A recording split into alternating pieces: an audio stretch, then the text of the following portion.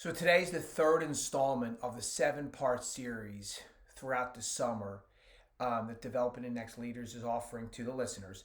So, like every other week, we're sharing an idea on how to stay in front of your clients and prospects in a really thoughtful and impactful way in this summer to remember. This summer promises to be a summer where people spend more time out of the office than they typically do during the summer, which they already spend a lot of time out of the office anyway.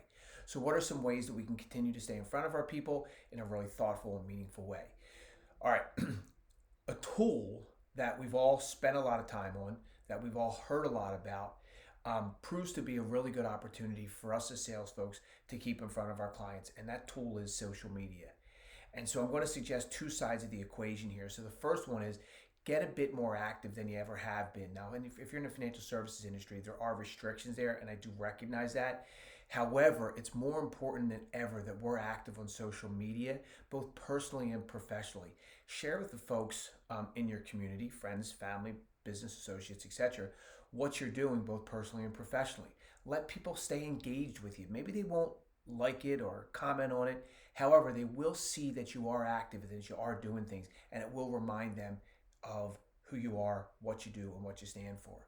The second thing is you will also notice, likely, that your clients and prospects are active on social media this summer. They're going to be doing things or trying to do things to stay in front of their clients this summer.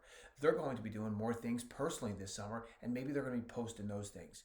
So I'll ask you to think about right now who in your top client list and top prospect list you're not connected with on social media, and reach out to them on LinkedIn or Facebook or Instagram and start following them a bit more closely over the summer and actively engage with them on this platform throughout the summer.